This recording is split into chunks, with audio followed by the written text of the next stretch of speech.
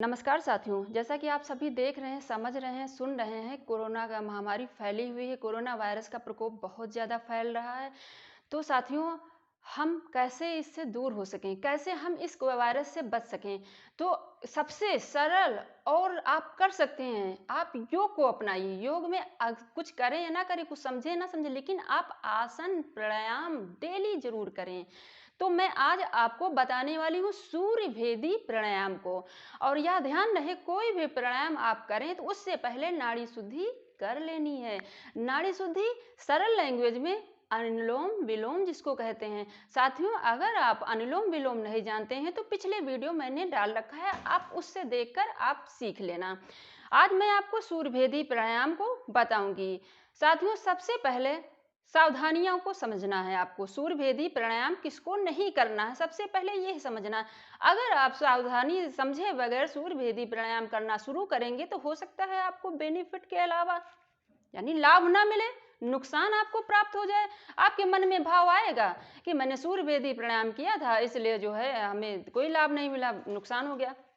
तो सबसे पहले जैसे सब कुछ करने, जैसे कोई भी कार्य करते हैं तो उसको पहले समझते हैं, उसी तरह आप अगर प्राणायाम को करना है, क्यों यह ध्यान रहे कि अनुलोम विलोम करेंगे तो आपके जो मल क्रिया नाड़ियों में मल भरा रहता है वो शुद्ध हो जाता है, यानी शुद्धिकरण हो जाएगा।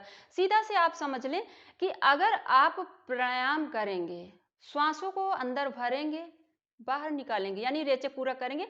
अगर आपके शरीर में मल रहेगा अथवा बलगम वगैरह भरा रहेगा तो आप कर ही नहीं पाएंगे। सबसे बड़ी बात तो यही है, आपकी सांस जो है, श्वास सुचारू रूप से चल ही नहीं पाएगी। तो सीधा सा सरल से आप समझ सकते हैं, सबसे पहले आपको अनुलोम विलोम बहुत अच्छे से सीखना है। और आज जैसे मैंने पहले ही बताया, आपको मैं सूर्यभेदी प्राणायाम को बताऊंगी।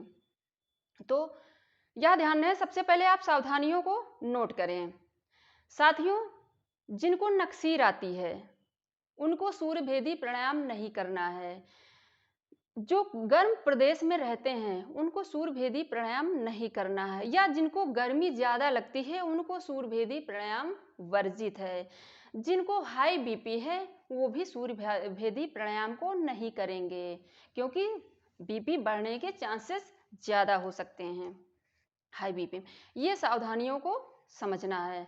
अब चलिए कैसे करना है इसको, सूर्यभेदी प्राणायाम को। चलिए देखो, किसी भी आसन में स्थिर पूर्वक, जिस आसन में आप कुछ देर तक बगैर हिले डुले प्रसन्नता पूर्वक बैठ सके, यानी बगैर कष्ट के बैठ सके, वो चाहे सुखासन हो, सिद्धासन हो, पद्मासन हो, कोई भी ध्यानात्मक आसन में आप पहले आसन लगाएं, यानी बैठें। बैठने को ही आसन कहते हैं। उसके बाद साथियों, आप जो है लेफ्ट लेफ्ट यानी बाएं हाथ से ये जो है अंगूठे और तर्जनी अंगुली को ऐसे, यानी इसके ऊपरी भाग को जोड़ सकते हैं। इसको ज्ञान मुद्रा कहते हैं। ये हस्त मुद्राओं में आता है, इसको ज्ञान मुद्रा कहते हैं।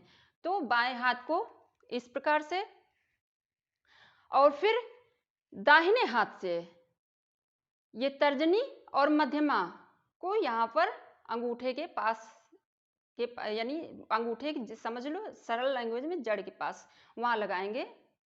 और ये भी हस्त मुद्राएं हुई। इसको आप ये जो है अंगूठे को, और यह ध्यान रहे कि श्वास को जब आप भरेंगे, सबसे पहले जब श्वास को भरेंगे तो इसमें राइट नोज से भरना। अनुलोम विलोम में मैंने बताया था कि लेफ्ट नोज से भरना है, यानी ईड़ा नाड़ी से भरना है, और राइट यानी सूर्य नाड़ी से बाहर निकालना है, यानी दाहिने नोज से बाहर निकालना है। इसमें क्या करना है, इसमें राइट नोज से यानी सूर्य नाड़ी से श्वास को भरना है, धीरे धीरे, यानी धीरे धीरे सने सने भरना है, जल्दबाजी नहीं करना है। उसके बाद कुंभक करना है। उसके बाद धीरे धीरे बाहर श्वास को लेफ्ट नोज से यानी ईड़ा नाड़ी से बाहर कर देना है। इसका चक्र ये है, और यही सूर्य भेदी है। इसी कारण सूर्य नाड़ी से करना है ना, सीधा सा समझ लीजिए, सूर्य नाड़ी से करना है, इसीलिए तो इसको सूर्य भेदी कहा गया है। चंद्र नाड़ी से करना होगा तो चंद्र भेदी उसको कह दिया जाएगा। चंद्र भेदी भी बता दूंगी मैं किसी दिन। चलिए, सबसे पहले आप श्वास को, और हाँ ध्यान रहे कमर गर्दन और सिर सीधा होना चाहिए और सहज भाव से होना चाहिए।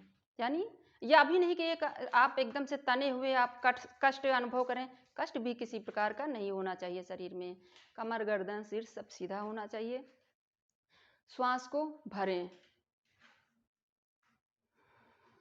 उसके बाद छोड़ दें, इससे आप रिलैक्स महसूस करेंगे। उसके बाद लेफ्ट में मैंने बता ही दिया, इस तरह यहाँ पर रखना है। उसके बाद राइट हाथ से यानी दाहिने हाथ से सबसे पहले लेफ्ट नोज को यानी ईड़ा नाड़ी को यानी बाएं नासिकापुटिका को बंद करना है और श्वास को भरना है राइट यानी सूर्य नाड़ी से।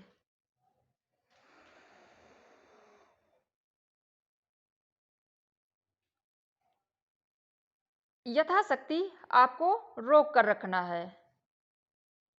उसके बाद लेफ्ट नोज से अंगुलियों को हटाएंगे, उसके बाद बाहर निकाल देंगे।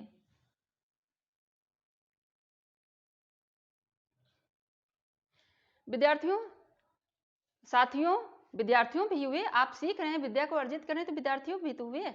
साथियों, ये एक राउंड पूरा हो गया। अब इसी तरह आप जितनी इच्छा हो 10 से लेकर 20 तक, वैसे तो घृण ऋषि ने अपने घृण संहिता में इसको 20 बार करने के लिए बताया है, लेकिन अगर आप नए अभ्यासी हैं तो आप 2 बार 3 बार या 5 बार से स्टार्ट कर सकते हैं, कोई दिक्कत नहीं है। और इन्होंने 3 बार इसकी 3 बार साधना करने के लिए बताया है, यानी 24 घंटे में 3 बार साधना करने के लिए बताया है सूर्य नाड़ी यानी सूर्य भेदन का।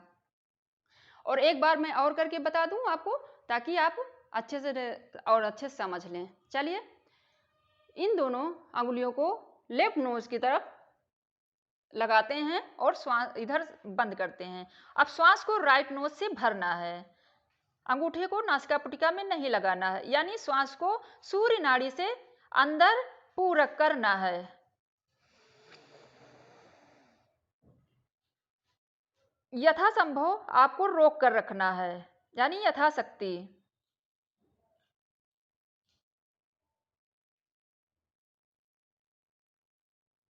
अब मैं श्वास को बाहर कर रही हूं लेफ्ट नोज से यानी ईड़ा नाड़ी से।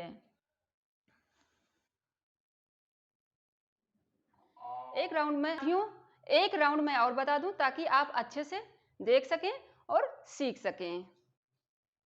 इन 2 अंगुलियों को लेफ्ट नोज तरफ यानी इसको ईड़ा नाड़ी कहते हैं, इस तरफ लगाना है, क्योंकि इसको बंद करेंगे तभी तो श्वास जो है अंदर पूरक कर पाएंगे, यानी श्वास को भर पाएंगे राइट नोज से।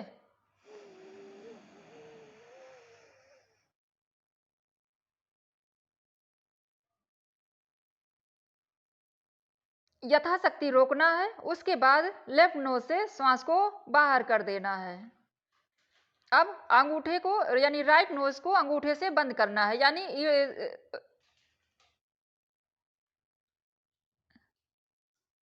ईड़ा नाड़ी से श्वास को बाहर निकालना है, सूर्य नाड़ी को बंद कर लेना है। अब मैं श्वास को बाहर कर रही हूं।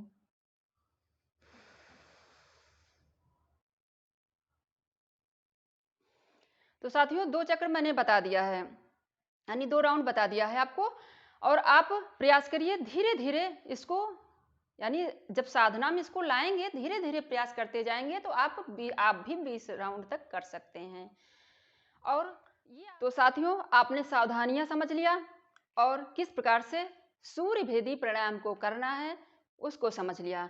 और यह ध्यान रहे, श्वास के जो भरना बताया जाता है उसको पूरक कहते हैं, और श्वास को रोक कर रखा जाता है, यानी पेट के अंदर रोक कर रखा जाता है, उसको कुंभक कहते हैं। कुंभक आप घड़े से ले सकते हैं। आप सभी घड़े को समझते होंगे, जिस प्रकार से घड़े में कुछ भरकर रखा जाता है उसी प्रकार आप श्वास को भरकर रखेंगे तो आपको बेनिफिट मिलेगा। और दूसरा, रेचक करना, श्वास को बाहर निकालना, उसको रेचक कहते हैं।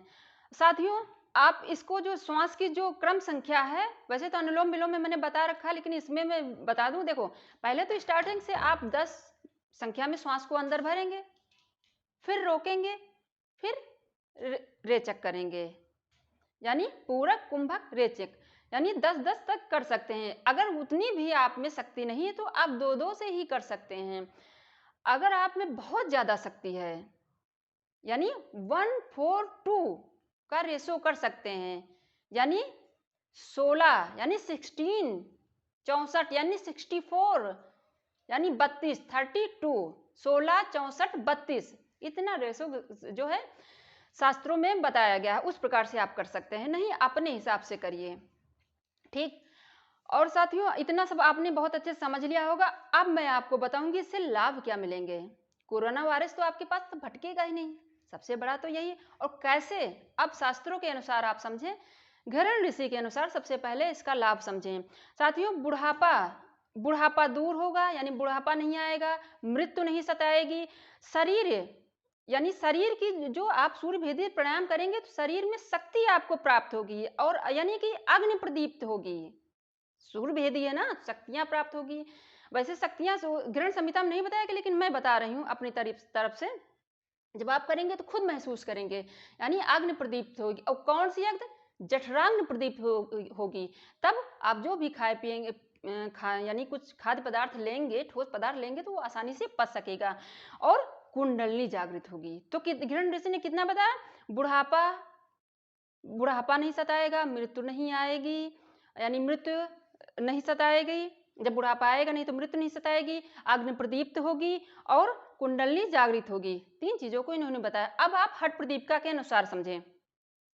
हठ प्रदीपिका में बताया गया है, यानी हठ प्रदीपिका के रचयिता कौन है? स्वात्मा राम जी।